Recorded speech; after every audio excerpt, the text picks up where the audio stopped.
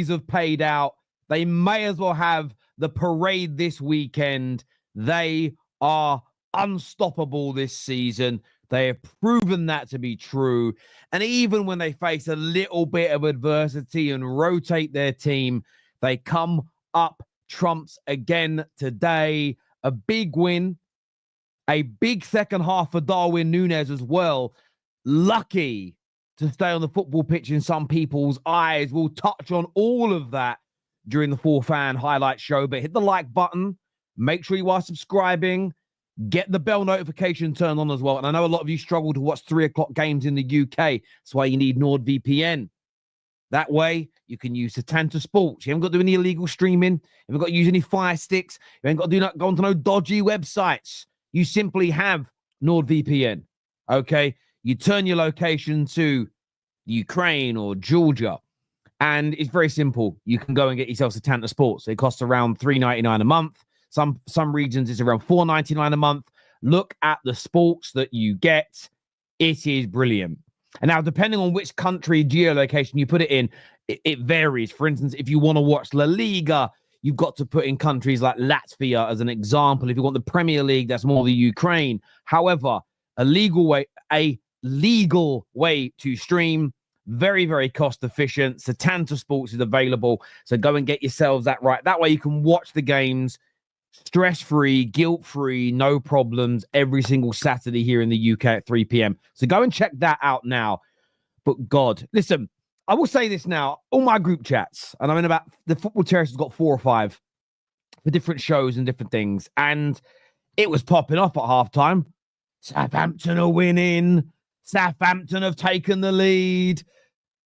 I don't know why anybody got excited. I don't know why anybody got any kind of rush of blood to their head. Well, it can't have been a rush of blood to their head, and they weren't thinking from their brain. It must have been a rush of blood somewhere else, and they were thinking out of their bollock. Because for me, it is absolutely ridiculous to think that Liverpool were going to drop points today. They are in cruise control in the Premier League. They were the superior team in the first half, although Southampton played well, countered excellently, defended very, very well also. Van Dijk just makes a mistake at the end of the first half, clashes with his goalkeeper.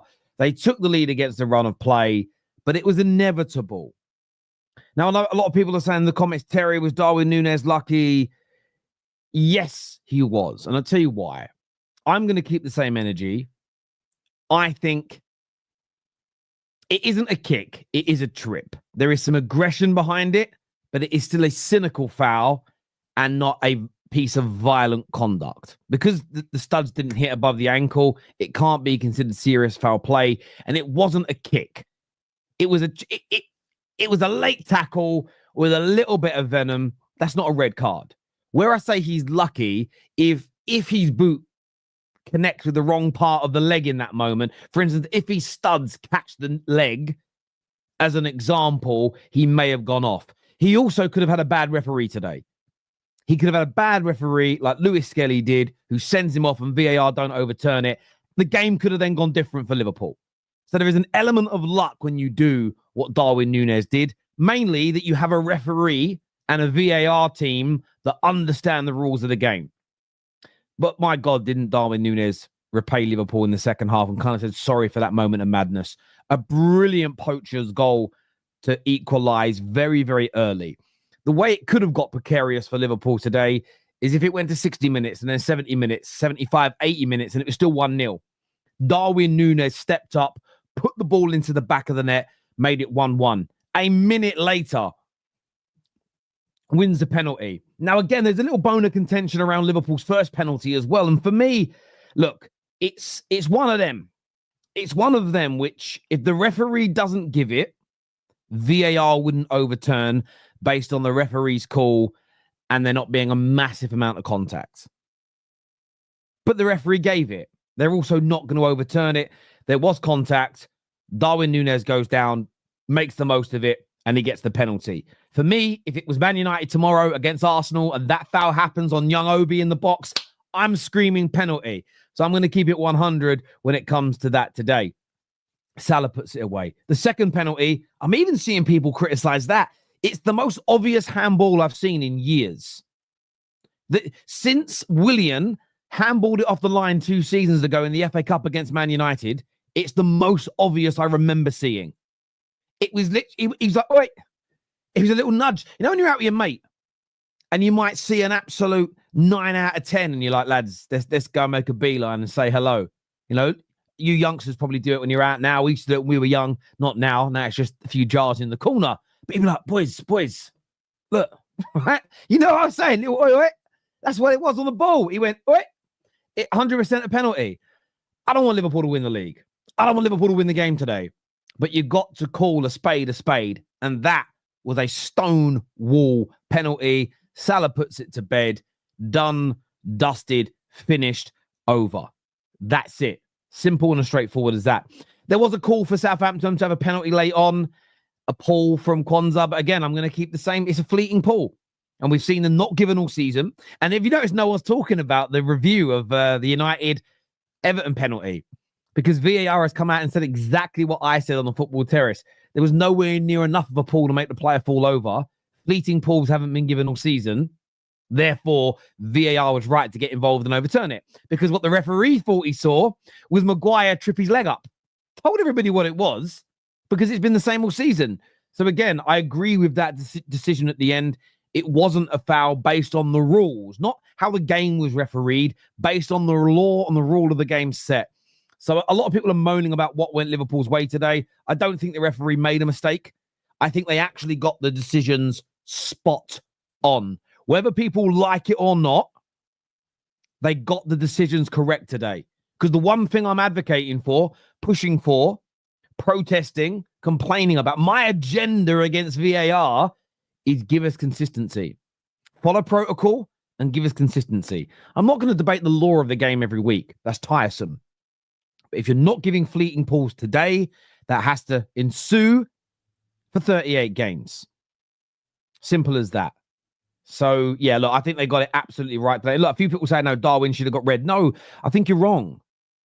I think you're wrong as far as I'm concerned. Because his studs didn't make contact. It was the inside of his foot. It wasn't a kick. It was a late tackle with a bit of vim. The contact wasn't enough for serious foul play, and it isn't violent conduct. So therefore, it cannot be a red. As much as you wanted it to be, they made the right call based on the law of the game. And that is what I thought we were all fighting and advocating for. Jacob here says, nah, man, first penalty and Nunes should have been off. There was no intent to play the ball. But intent's never been part of the law, Jacob. Intent has never been part of the law. His intent was to foul the player. And that's what he did. He fouled him. But it wasn't a kick. The way his leg went in, it was just a tackle. We know he wasn't going for the ball. He was trying to take the player out. But there was he wasn't lunging. It wasn't excessive force, and he didn't endanger the opponent. So it cannot be serious foul play.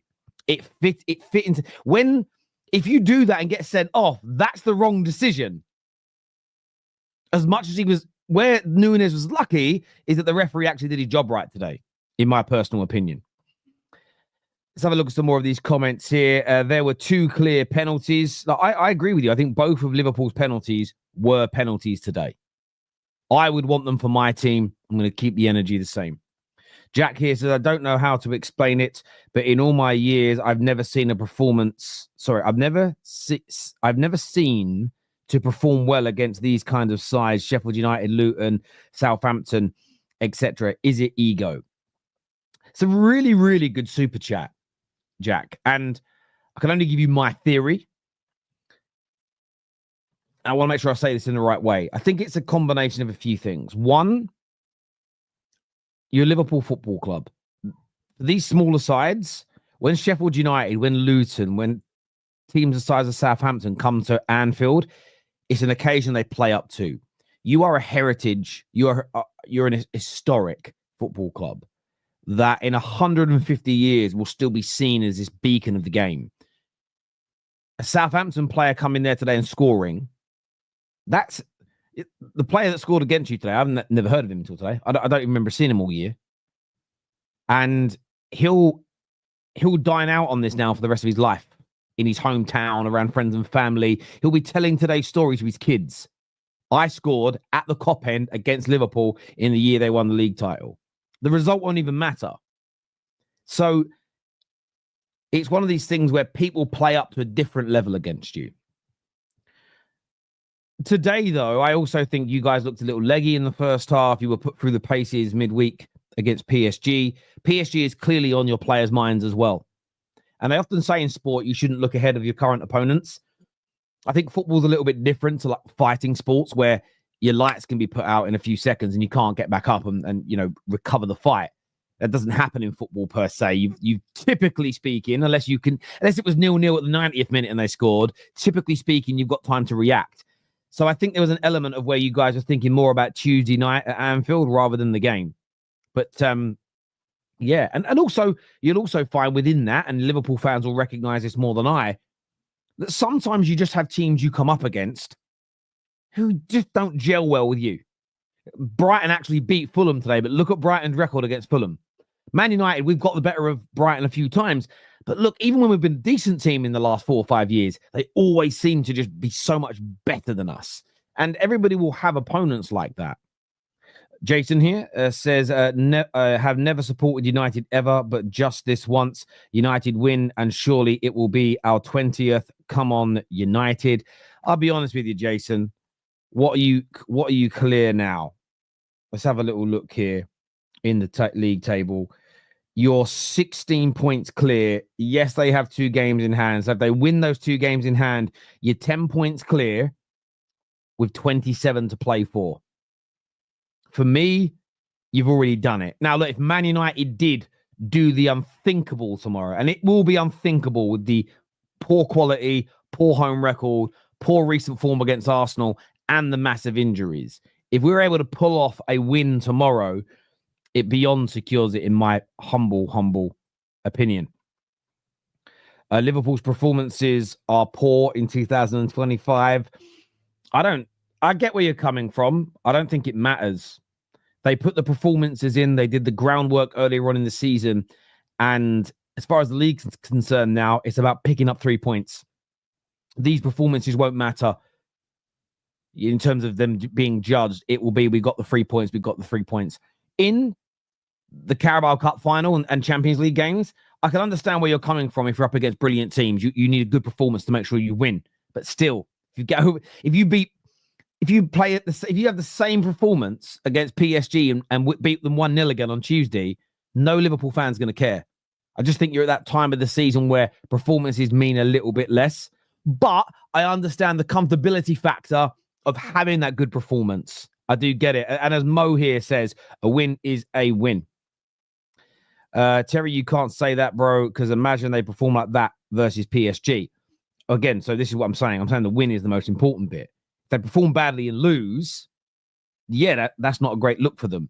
But you get to this business end of the season, and the win is more important than the performance. The consistency of performances is what's given them this foundation to be in such a fantastic position in the running. And I don't think Liverpool performed badly today. I really don't.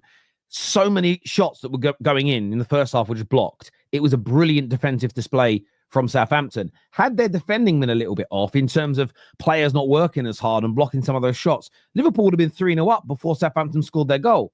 The game would have ended 6-1, and nobody would be saying it's a bad performance. And once Liverpool went 2-1 up, they then just cruised for the rest of the game. And you're going to see that Liverpool have done that a lot this season.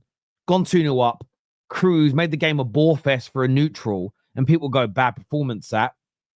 I think this Liverpool team is going to have legs until the final day of the season. That method is by design, not accident.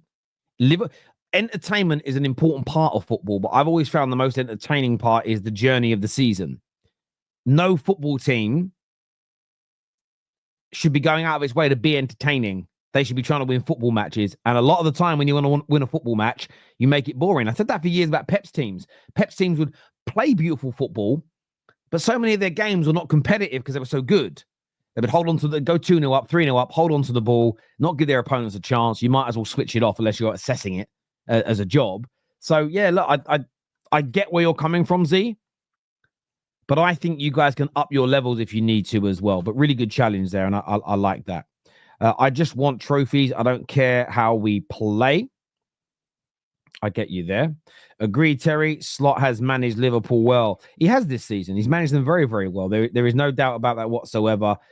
And he's done a fantastic job. And he's done a brilliant job this year, Slot. When you look at, and it's hard to have these conversations because in every direction, there is a subsector of Liverpool fans who they want everything praised, but in that praise also comes criticism for others because it's impossible to. And I'll give you an example.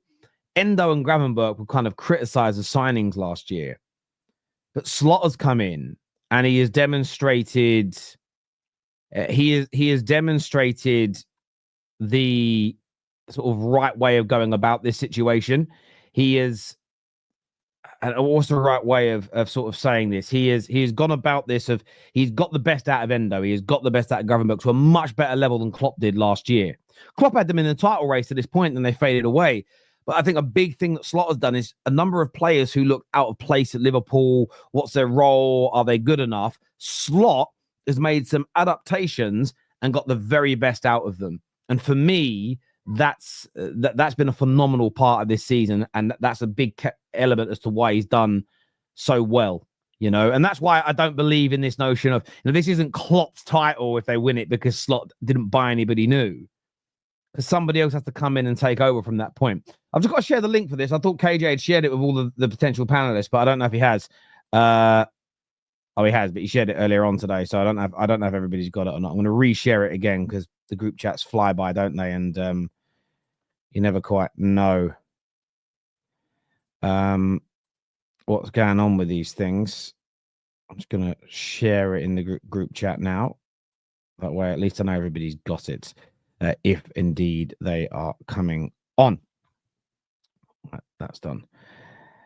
A few more comments came through here. 100% Terry, the only reason the performances was deemed bad was the scoreline, but the same way people said Liverpool were lucky to win 1-0, no one said today Southampton were lucky to go in 1-0 up.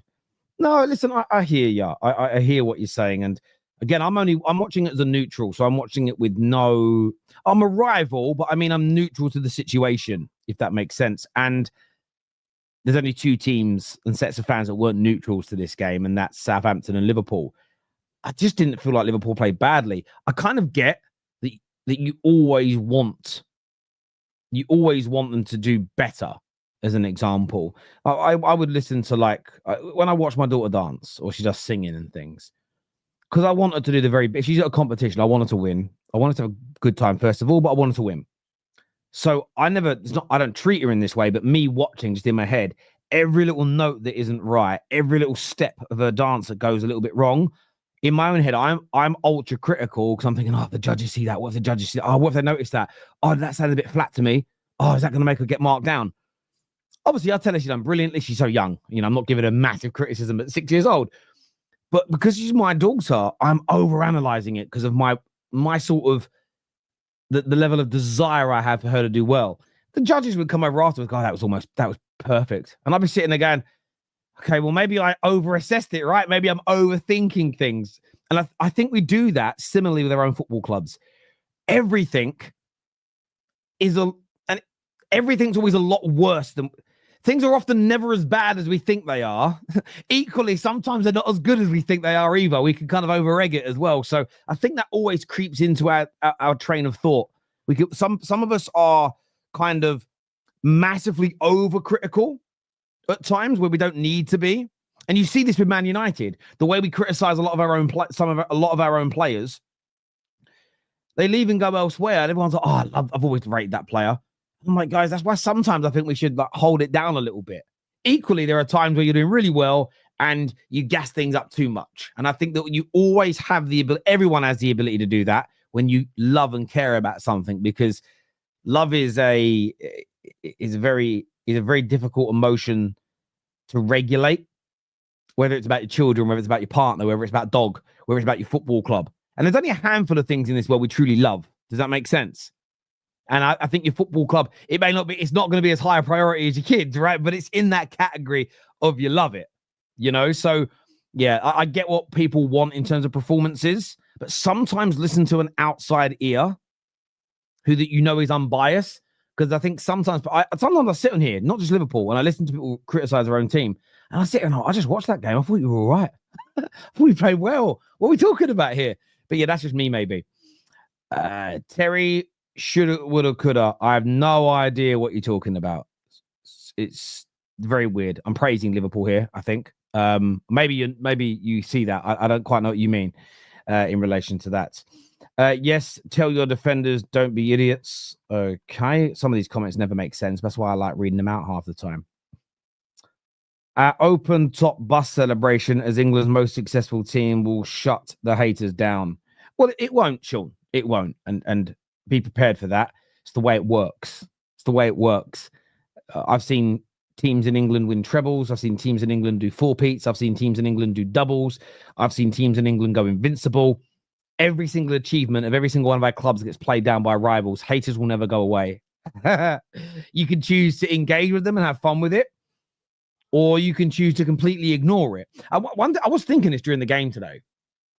Never really come into my mind before, but I was thinking about the fact that for many years, barring our group of friends, your opinion on your football club was always just yours. And every now and then a pundit or a newspaper, a journalist would wind you up and say something you didn't agree with. But by and large, you'd watch your team play and go, I'm really happy with how he played today. And you'd get on for the next 7 days and think nothing more about it. Now that we share it with each other on a much bigger scale, we often find our own realities being questioned a lot. And I do find that, as you say, that happens with achievements. Look, we've seen it this week. And I will say this while we're streaming about Liverpool, big respect to the dozens and dozens of messages I've had from Liverpool fans this week saying, Terry, you're spot on about the treble situation. And the reason why these Liverpool fans have backed what I've said has nothing to do with my football club. And it's the fact that when they won their double, these are older Liverpool fans, when they won the double, which was the Division 1 back then and the FA Cup, it was such a special achievement for them as a football club. Their view now is, I'm not undoing that now to win some weird war on social media. So I want to have big respect to those Liverpool fans. And Liverpool fans should care about these things because you've created a lot of history. You're still creating history.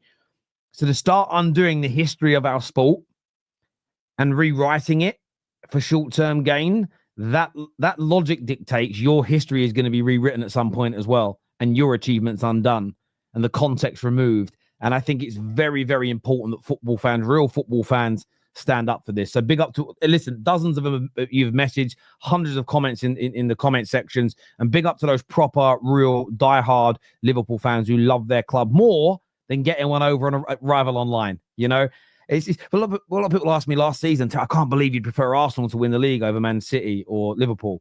Yes, because they're a smaller rival to me. Watching Liverpool win the league is painful. Watching Arsenal wasn't nice, but it's the lesser of two evils. And if I have to choose between the two, I'd always pick Arsenal because I see Liverpool as a much bigger threat to my football club and a much bigger rival.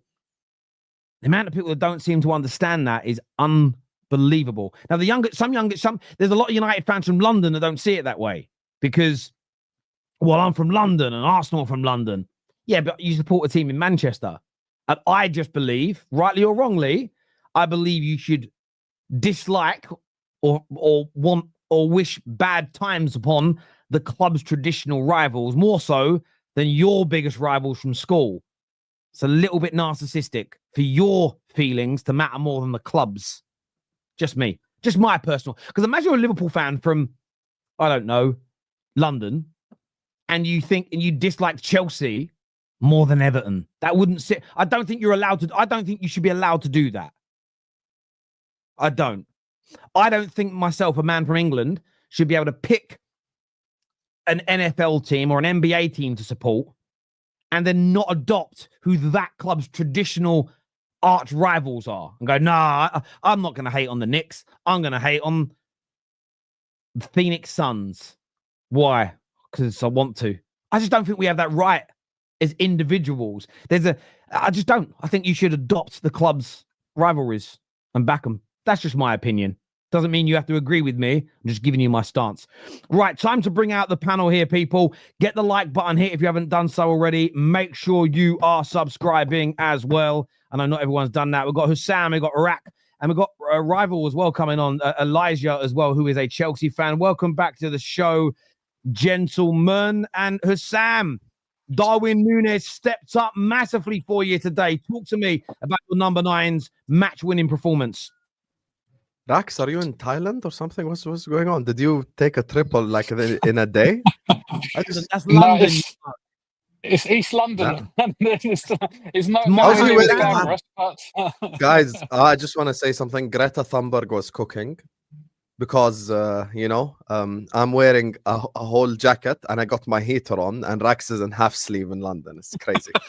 Anyway, it's arguably the first sunny day of the year, so I got to take advantage of it, man. Fair enough. Today, obviously, yes, Darwin Núñez did step up. Listen, today is a game of two halves. In the first half, we were absolutely dreadful. I think we were complacent. We came into the game like, oh, we're just meant to beat Southampton. There was no urgency whatsoever. We just pulled up to Anfield like, oh yeah, this is Southampton, guys. We're just gonna slap them just like that. And we got bit in the ass. And that first goal we conceded is one of the worst goals I've seen us concede, to be honest with you, all year long. Like, it's just Virgil and Alisson there getting together. And Virgil should have cleared it. Alisson should have grabbed it. They're both at kind of fault for it, but it was just complete complacency. And the second half, it's like Slot insulted all of them in the halftime show, in the halftime speech. You get me? And just completely different animal in the second half. And Slot did not play at all. Within directly 3 substitutions. Directly, Elliott comes on, McAllister comes on, Robertson comes on, and all 3 subs made a positive impact on the team. Szoboszlai's problem today was he didn't shoot enough. And I think that's something that, maybe Slot looked at a little bit, because I'm a fan of Szoboszlai, but today Szoboszlai in dangerous positions should have done a lot better in terms of shooting, in terms of just aggressiveness. And you could tell Elliott when he came on, direct play from Elliott, direct play. He came on within literally, like, his first touch or his second touch was a shot that Ramsdale made a fantastic save from it.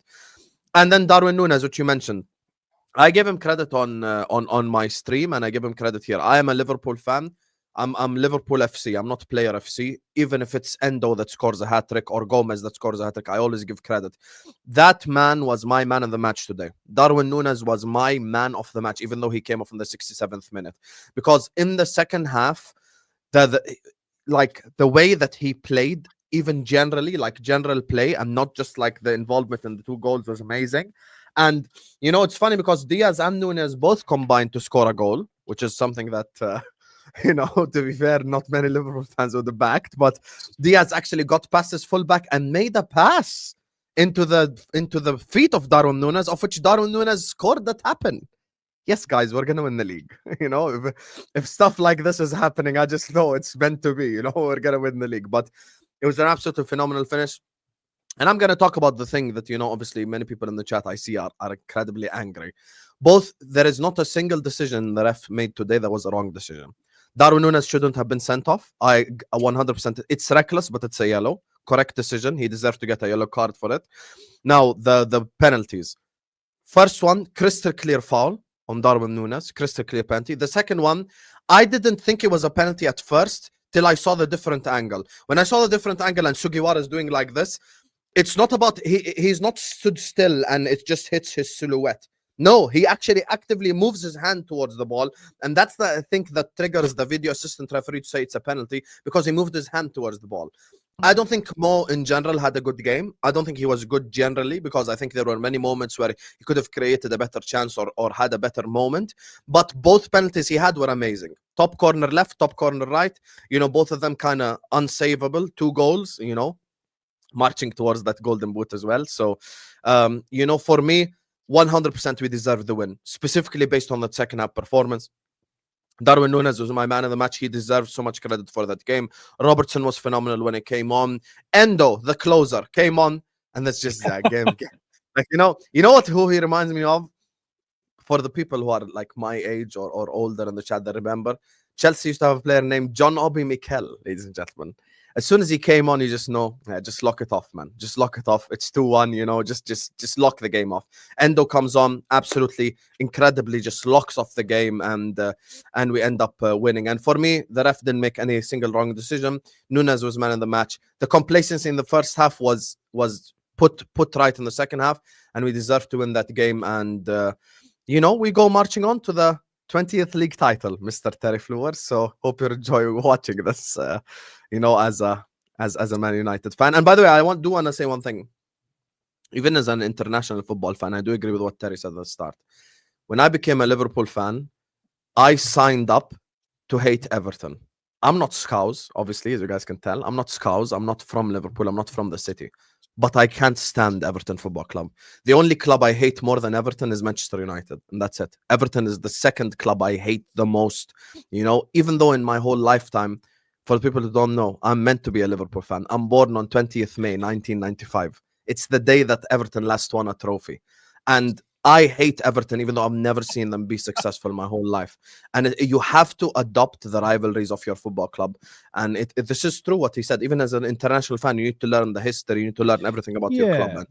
I think it's important because I know football is a sport, but I think we also I think we all are guilty of this at times. We forget about the cultural element that it represents. And Liverpool represents part of English culture. It represents part of like Merseyside culture. And I think when you become a fan of that, I think you're adopting by and large everything that encompasses it. You know, if you become a Morris dancer, you've got to wear trousers that have bells on them because that's what Morris dancers do. You can't become a ballet dancer but say, no, I'm going to wear baggy jeans on stage and not a leotard. Like there are certain things, whether it be a sport, whether it be a team that you follow, there are hobbies that you take up. There's a way in which you do it. And I just feel like we live in this world now where everybody wants everything customized to them. I want to support this team, but I want these to be my main rivals. Now you don't get to make that choice. There are Man United fans that I speak to that honestly, boys, and you may come across this in your fan base. The last I'll say on it, they're like similar age to me, maybe a little bit younger. They don't really like Fergie. They hate the class of 92. They didn't like the way we played football under Fergie. They hate what's going on now. And I sit there and think, hang on, how did you ever become a fan then? It doesn't even make sense. Like, do you get it's like they don't, I hate all the academy nonsense and all the DNA bullshit. I just sit there and think, hang on, you like nothing about the history, nothing about the club when you were growing up, and nothing about it now. Seems to me like you picked the club for the wrong reasons, my friend. Maybe because they're winning trophies. I don't know. Maybe I'm wrong. But yeah, you adopt the customs and culture of your football club, the basketball team, the franchise, if it's an American sport. I think personally you do that. You wouldn't go, I'm going to become a super fan of Taylor Swift. Do you like her songs? Nah, that's shit. You wouldn't do that. I don't know. Rack, your game today, obviously very, very important win. It was a game that you had to, you should be winning at Southampton, but important that you got the job done. And maybe a little bit more pressure now on Arsenal tomorrow.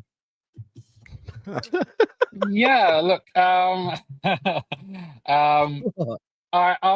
be fair and say I think most Liverpool fans, to some degree, regardless of Slot's words before the game, we kind of expected a win today. And when we went 1-0 down, it was a bit of a kick up the backside, shock to the system, all that kind of stuff. And that, along with, I'm sure, Slot gave them a rollicking in the dressing room, meant that they came out and, yeah, a quick time, we got 2 goals back, and it was almost normal service resumed. So we need to be a little bit careful about that. But I said on Hassan's show yesterday, we've built up a significant margin of error now. A 10-point gap if Arsenal win their 2 games in hand, and with 9 games left to play, it's highly, highly unlikely for that kind of gap to be closed, especially based on how we performed this season. So I don't expect us to drop points or anything like that. But if it means that we have a better chance in the Champions League, then I don't necessarily mind too much us taking our foot off the pedal, but not to the point where we're losing games or drawing games necessarily if we don't need to, and not against Southampton.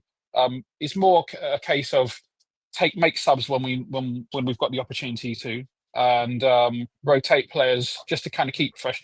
Look, we did a lot of running in midweek. PSG, they put us through the ringer a little bit. So if it means taking players off at half time or with 10 minutes to go or 20 minutes to go, just to give us a little bit of energy for Tuesday, and preserve the energy for Tuesday, then I'm all for it. But as soon as we got the 2 goals back, as soon as we got the first goal back in the second half, I think we knew that Liverpool would show up. And even if we hadn't got the penalty, and look, to be fair, both those penalties were clear as day. I don't think anybody can deny that. Even if those penalties hadn't been given or those incidents hadn't happened, I would have still counted on us to get the job done. Because we so rarely don't. Yeah, no, I agree. And Undertow here, one of the super chatters, says, Terry, the most important thing is Liverpool players are all healthy. And that kind of echoes what you said, Rack, that you won the game, you got the 3 points. Everybody looks like they're going to be fit for the game Tuesday. You were able in the end to play in second gear for maybe 20 minutes and reserve some energy. And that now becomes the most important game of the season, I would assume, from your perspective. Yeah, look, that becomes the most important game of the season. Shortly after that, we have the Newcastle game, opportunity to win our first trophy of the season. And obviously, depending on how things go, if we do get past PSG, then we'll be looking, yes, of course, there'll be Premier League games in between, but we'll be looking towards the quarterfinals and playing either Bruges or Villa, probably Villa.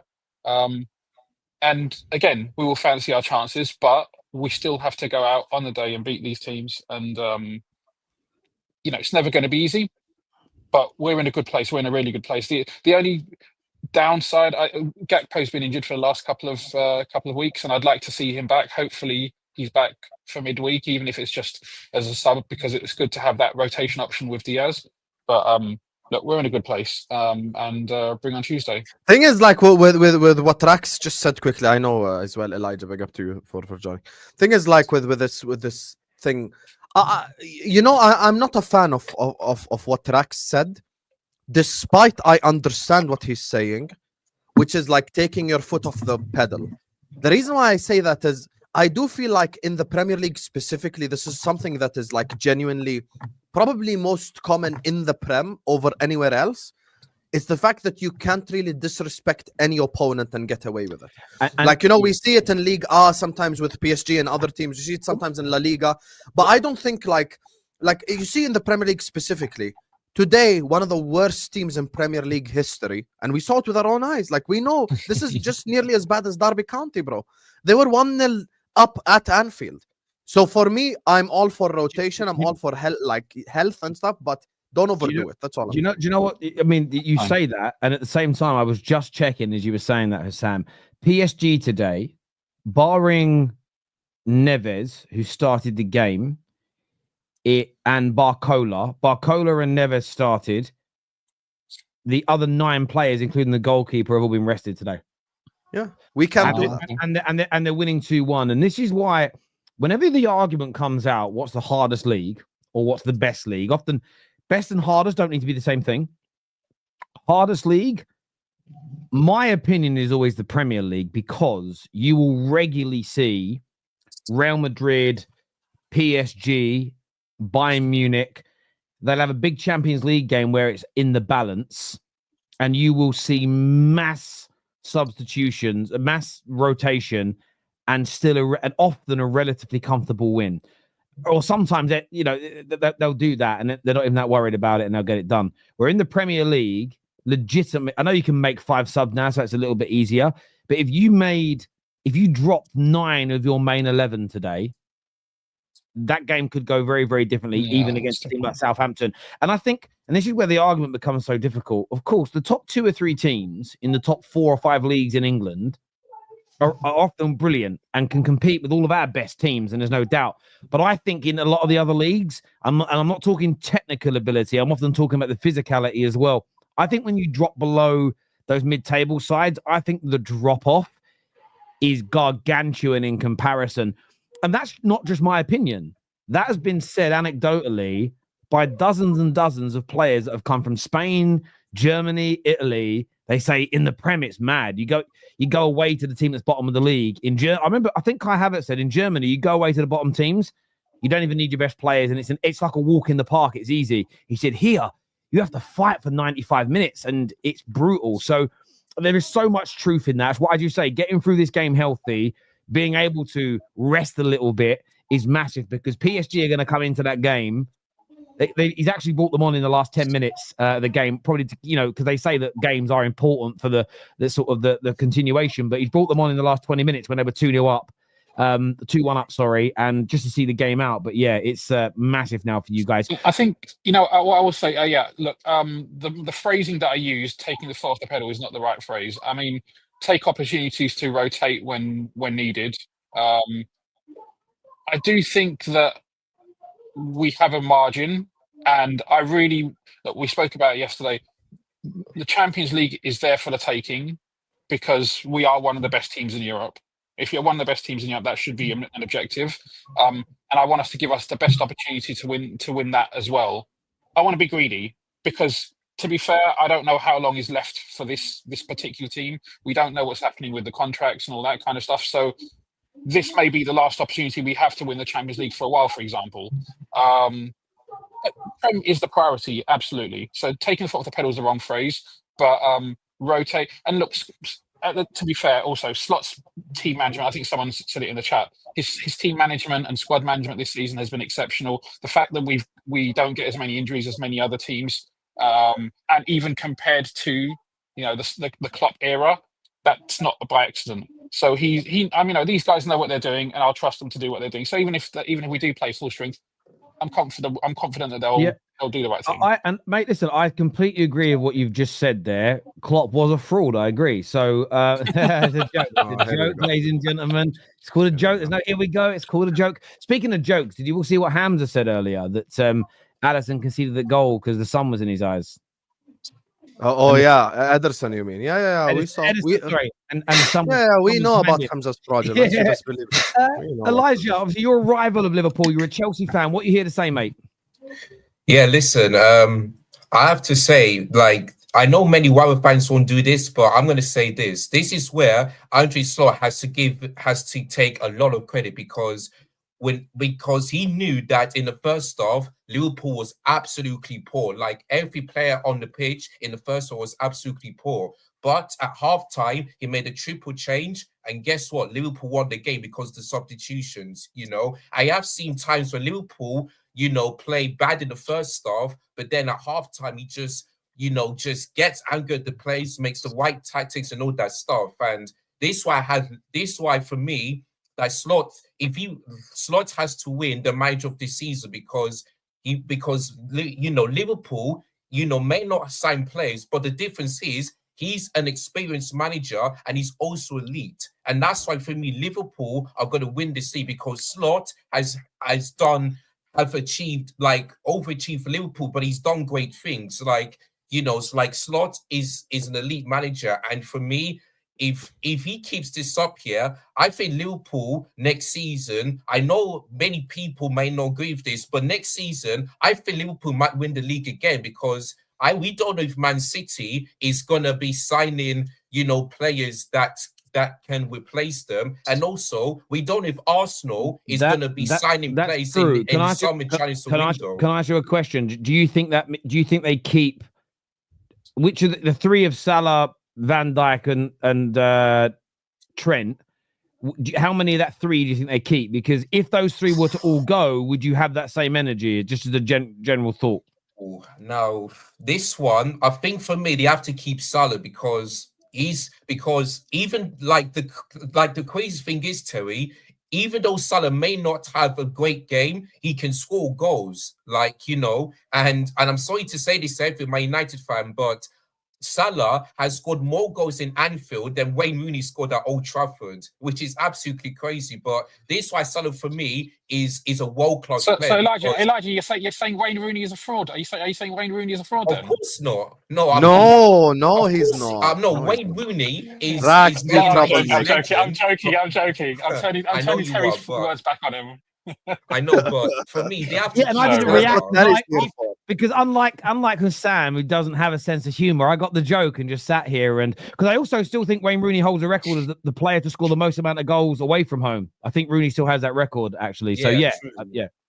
So yes, I think they need to keep Salah because Salah, this season has been absolutely fantastic. Another player they have to keep is Van Dijk, because even though he made a mistake for the first goal, he's still, for me, one of the best defenders in the Premier League ever since he come in. The Trent one, I don't know. I really don't know. I mean, yeah, no, I think Trent. it's But so Elijah, tough listen, about that I think you one. make a great point. Liverpool can win the league next year, but I think every sane Liverpool fan it's all about whether those two stay and what the transfer window looks like. Because if they let them go and their window represents slots first, in my personal opinion, if those three go and they don't buy anyone anywhere near that quality, they won't be able to win the league next year because of the influence that Van Dijk and Salah have had this year and putting them on 70 points in 29 games. It's going to have to be a massive summer. And that's what I actually quite love about, again, I know we're only in March, looking ahead of next season. Right now, it's really hard, in my opinion, to turn around and go, it's a guarantee for anyone. I think City will be in the title race next season, but I've got a bit of a feeling they may not be a formidable team, as in barely losing any games. Let's see what Liverpool do in the summer. I think the thing is, really like, the key in this conversation, on this whole conversation, is what Manchester City do. Because if Man City do what they're linked to do in the summer, which is sign Florian Wirtz and sign like 2-3 center backs and blah blah blah, then I'm not going to push Manchester City to the side, because I'm not silly. Like, I know they're capable of doing it. So I think this conversation is premature. I understand where Elijah's coming from, but we really have to see what happens in the summer. And I think if Liverpool do have a big summer and we sign like an Isak, a Hato, like do something mad, we can genuinely do it. There's one thing though, there's only one manager in the league who gets to say, I deserve to win manager of the season. And that's Nuno Santo. That's the only other manager that actually can have a conversation with Slot and go like, I deserve it as well. Other than that, I really don't think any manager in the league deserves to even be in that conversation. Nuno Santo took a team from relegation essentially to qualifying for Champions League, which is a massive jump. Yeah. He's I think there's a few. For me, I always find that conversation premature until the end of the season. In the sense of, let's say Bournemouth end up coming in 5th, that's a shout because there's a lot less money being spent there. As an example, you've got that child that's currently managing the Brighton team, right? But I hear your point. Like, I've got a soft spot for Nuno because he was the first client I ever had in the bank who. There's a new program we were running and he kind of said, I'll give it a go. And he advocated and got the whole Wolf squad signing up. So I love that guy. He helped my career and my life. The house I live in is partly down to that guy. So I love him to bits. I got a big spot for Nuno. When he was at Spurs and it was going wrong, I was like, Nuno, I love you, but come on. So yeah, for me, I do think it's a slightly premature conversation. But even when it comes to Liverpool, I've got the same energy for you as I do City. And what I mean by that is this. The reason why it's slightly a premature conversation, and I said a few weeks ago that City are the only team that I feel is a guarantee they're in the title race next year. I still think that to a certain degree, but if you lose those 3 players, 2 of the players you're losing are probably inside the top 10 players in your club's history, definitely in the top 5 in Premier League history. And the reason why I think that's significant is you could argue there isn't another centre-back in the world that's even as good as Van Dijk right now anyway. So replacing him, therefore, becomes impossible. When you look at Mo Salah and the amount of games he wins you and the amount of goals he scores, let's be honest about it. There's only 2 or 3 other players in the whole world that do that, and they are unattainable for you at this particular moment. So I sort of feel that if we know the players that are going to leave City and they're their greatest ever legends, if those guys leave you, I don't think it's as easy as on paper. You can both go out and buy brilliant names, but until we see those players in your team, and the reason I say this is someone that's lived through it with my club. When I always used to just think, when Scholes goes, we'll just buy another midfielder. When this goalkeeper leaves, we'll just buy another goalkeeper. And actually, it never works out like that when they're the best of the best your club has ever had, especially in a league as competitive as the Premier League. It's not like Liverpool and City have all the financial muscle and bring in £1 billion each a year in revenue, and everyone else is there on 200 or 300 million. Everyone's got cash. You look now around the Prem, and it's so hard to even get players out of rival teams nowadays. So, yeah, I'm intrigued about next season. We brought up because Elijah did. But for Liverpool, if they keep hold of Van Dijk and Salah, then I think it's fair to say you'll be the favourites for next season. If they go, I'll be honest with you. I think it makes the whole thing so open-ended until It we blows start up. seeing football Yeah. being played. Yeah. Do you know what I mean? Yeah. If they go, I'm gonna be honest. honest. I think we're gonna be in a top 4 race. If they Yeah. go, I'm gonna be complete. I'm not going to be disingenuous. I get that we can sign other players and stuff, but even by the time they gel and blah blah blah, it'll be too late. So let's just. I'll be honest with you. If they do go, like okay, I know Rax probably shares the same opinion as me on who stays. I think Mo and Van Dijk stay, and I think Trent's the one that leaves. That's my honest opinion from literally from August. No, And if, So and if if he leaves, gave us, go if he on, gave us that option, you can only have 2. We would both pick Salah and Van Dijk because you can. Trent is exceptional, but you can replace him with a conventional right back. He's not going to give you the incredible moments. And the assist from him have slowed down.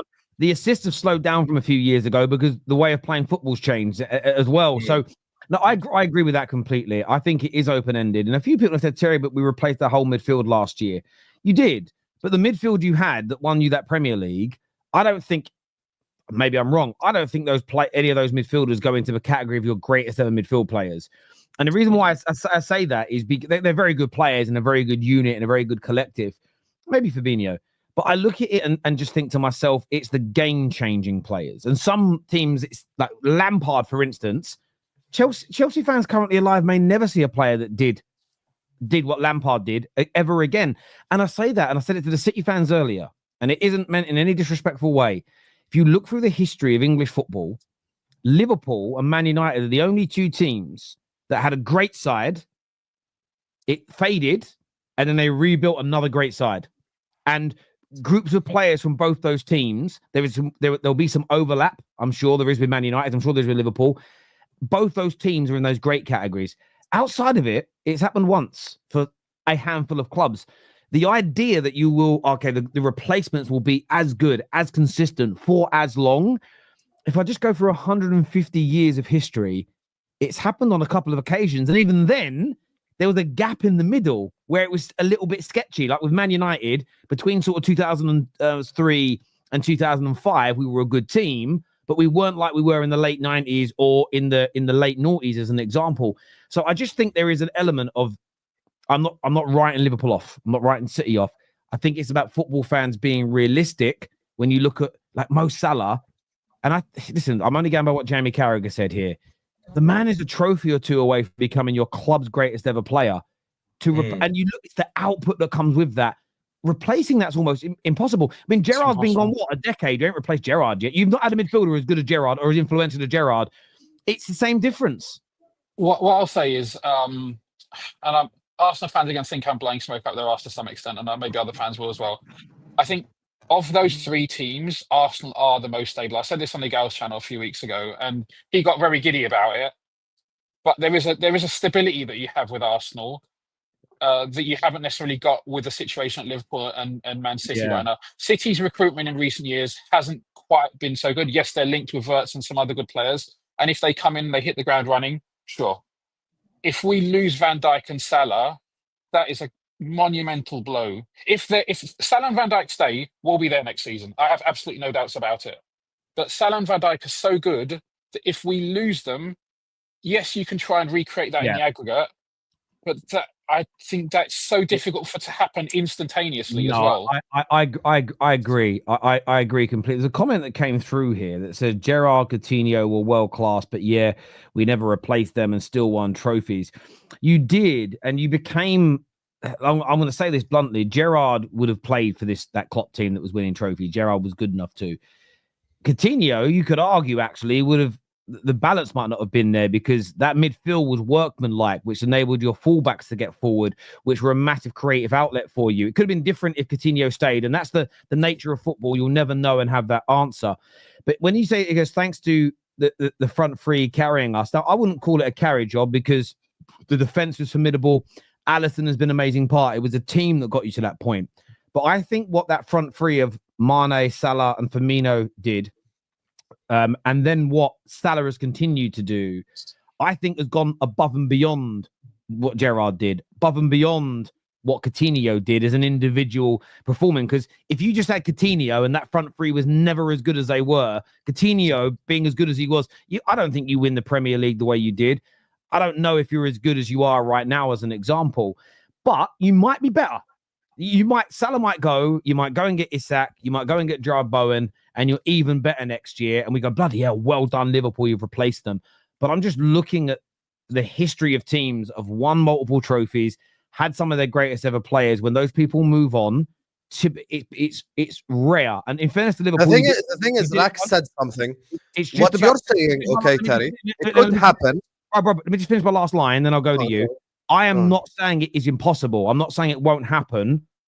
I'm just stating, like, brace yourselves for it not going perfectly, just based on history. Just like temper your expectations a little bit. That means expect good replacements, but the idea that you'll get another Mo Salah, it might not come for 30 or 40 years. And I learned that the hard way. I will be okay when these players and Fergie go, we'll do this. You're better run than all that. But it's true. But it's the first time I lived it. And there are Liverpool fans that are 20 years older than me that when their great 80s team was fading out and their great managers were leaving, none of them expected what came for the next 20 or 30 years. And I think that's where I think both our fan bases should learn from those experiences, demand the best, but temper our expectations to a certain degree. Because if you bring in Bowen on the right, if you're like, you have to be as good as Salah, that pressure is going to probably kill him. It's going to probably kill him. And I think it's about just managing those expectations. That's all I mean by it. Sorry, Hassan, back to you, mate. No, I don't even disagree with anything you've said. I'm just looking more at it from what Rax said, which is it just depends how long it takes them time to gel. Like even they see the thing you just mentioned, which is, let's say Mo leaves and we get Isak and Bowen, okay? Both Premier League proven players and everything. But maybe by the time they gel with each other, it takes them 10, 11 games, and maybe we're out of the title race by then. Like, that's the type of stuff that you have to look at. Like, I'm just looking at chemistry. And the other thing that people don't keep in mind when it comes to these two players, and it's something that Terry alluded to as well indirectly, it's two things that are not measured statistically. Thank God Mike Das is not here, which is presence. Mo will intimidate any back four he's coming up against. That intimidation only exists in a handful of players in world football.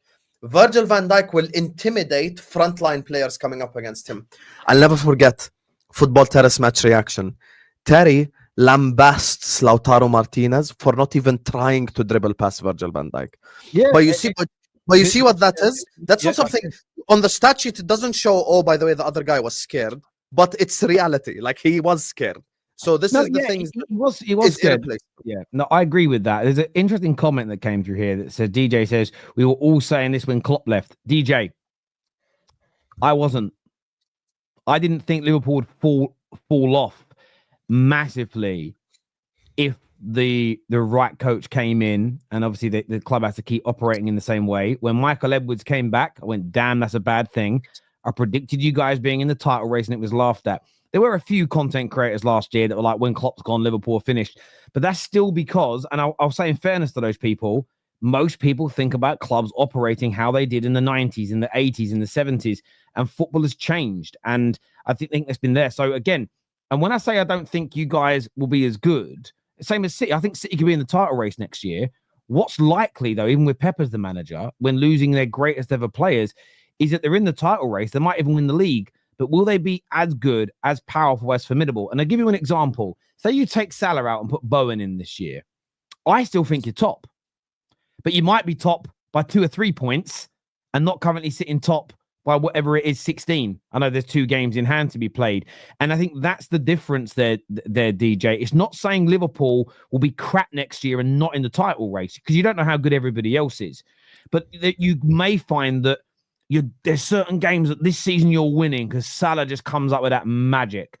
Van Dijk just makes that interception because he's so good. Next year, you might find you drop an extra 6 points, drop an extra 8 points, but you're still in the title race. It becomes a leveler for you. And that's all I'm seeing with City this year. The ball isn't being fed into Haaland anywhere near as much as it was. So he isn't scoring and winning as many games. Therefore, they've dropped down. They're also, because Rodri's not there and their other midfielders have lost their legs, their backline's getting exposed more regularly in games. They're still a team in Champions League contention, but they've fallen back a little bit. I'm going to do these super chats here because we're right near the end of the show. Thank you for asking everybody to hit the like button, bro. I appreciate that. Thank you. I'm a United fan. VVD and Salah won a league under Klopp, now under Slot. Compare that to clowns like Rooney and Vidic and Rio, who had no career after Fergie left. I just don't think. Firstly, Rio and Vidic were right near the end of their careers at that particular point. I just don't think. I'll be honest with you. I'm challenging your validity as a Manchester United fan if you're going to attack those individuals, because what you're then doing is you are removing the context of what happened. So I also don't think if Jurgen Klopp was allowed to pick the replacement and FSG were allowing accountants to run their football club, I don't necessarily think the right transition would have taken place, and there could have been the opportunity that Liverpool went backwards. So there's a reason that Liverpool have had serious level key experienced football decision makers helping the FSG to run their football club for the past 15 or so years, compared to bankers and accountants and people there. If you ask Liverpool fans this, to be honest, the way the types of people running Man United from Fergie retiring until now is similar to what they had under Hicks and Gillette. And if Hicks and Gillette were running their football club, I mean, they wouldn't have got Klopp. They definitely wouldn't have helped him to build a team that was capable of achieving what it did. So for you to be a Man United fan and to say that, I think I'm personally challenging whether you really are, because if you do support the club, if you do respect the club, and if you're old enough to remember, removing that context is absolutely ridiculous. If Michael Edwards was running Man United in 2013, we never would have gone to David Moyes. And even after David Moyes got sacked, we wouldn't have tried to revamp and change the whole style of the football club a year later to a VVD style. It would have just been pick up from where Fergie left and add quality to it, and we would have maintained our levels. So appreciate the super chat, but I just don't think a real Man United fan thinks in that way. You might be one, maybe you're young and don't remember those days. I think that's a crazy take personally. Seeing Virgil lift the trophy at a sunny Anfield in May in front of the fans will be a thing of beauty, with Jurgen grinning from the stands. Yes, you'll never walk alone. Yeah, listen, I get why Liverpool fans would love that. Saying Messi is better than Nunes is low IQ.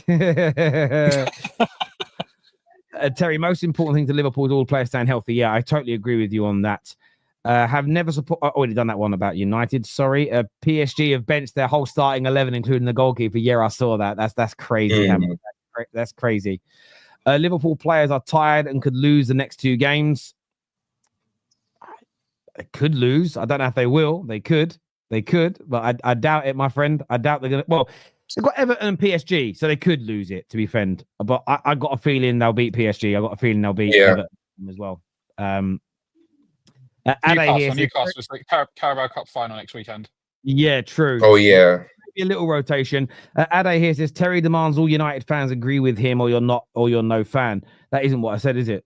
I'm stating for you to remove that context, and then downplay three of the basically essentially saying three of our greatest ever players are bums because they didn't maintain the levels after Fergie left. You're also ignoring the fact that if, for instance, Liverpool would have gone and got a manager like Amorim, who, by the way, I think is a very good coach, but who wanted to change every fundamental at the club in terms of football and would want to change lots of the players and change how they played football, I also don't think they'd be top of the league this season. So even if you hire a really good coach, you've still got to try and create that continuity. It's why Liverpool said no to that situation. They didn't say you're a bad coach. They just said, hang on, we don't need 23 new players. We need someone to come in and pick up the baton from Jurgen Klopp. So this is what I'm saying, Ade, to ignore how football clubs are run, how continuity is created, and then ignore the mistakes that Man United made compared to the brilliance of FSG's seamless transition. It makes that claim very hard for me to take from it. If someone's claiming they're a Man United fan, why would you ignore all of those things to shit on three of our greatest ever players? That's why I'm challenging. It's a bit like a Liverpool fan saying, do you know what? I used to love Gerrard. Now that I've seen this Liverpool team, he's nothing to me. He's a fucking bum because he couldn't do what they did. It's removing. Gerrard played in some very good teams, but it's removing the context of what was built towards the back end of Gerrard's career and what has been created since.